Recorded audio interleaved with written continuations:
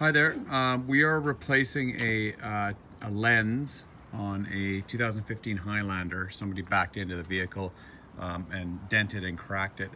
For about $100, you can get a replacement part for one of these on eBay.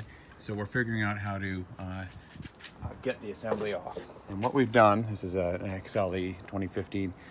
There's two on the side here. There's two of these little bolts that go on, or nuts that go on here and here. You don't need to remove this thing if you've got the right little wrench for it. You can go in from the side, loosen it off, and this comes off.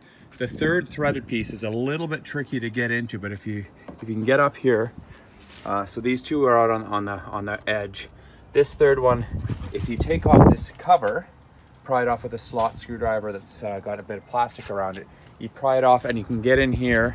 It'll take you a little bit of swearing and fiddling, but you can get it off. If you want, you can take off the entire cover, and you get that third one there. And then the fourth mount is just a, where is it here? A pry mount here and here that goes in there. So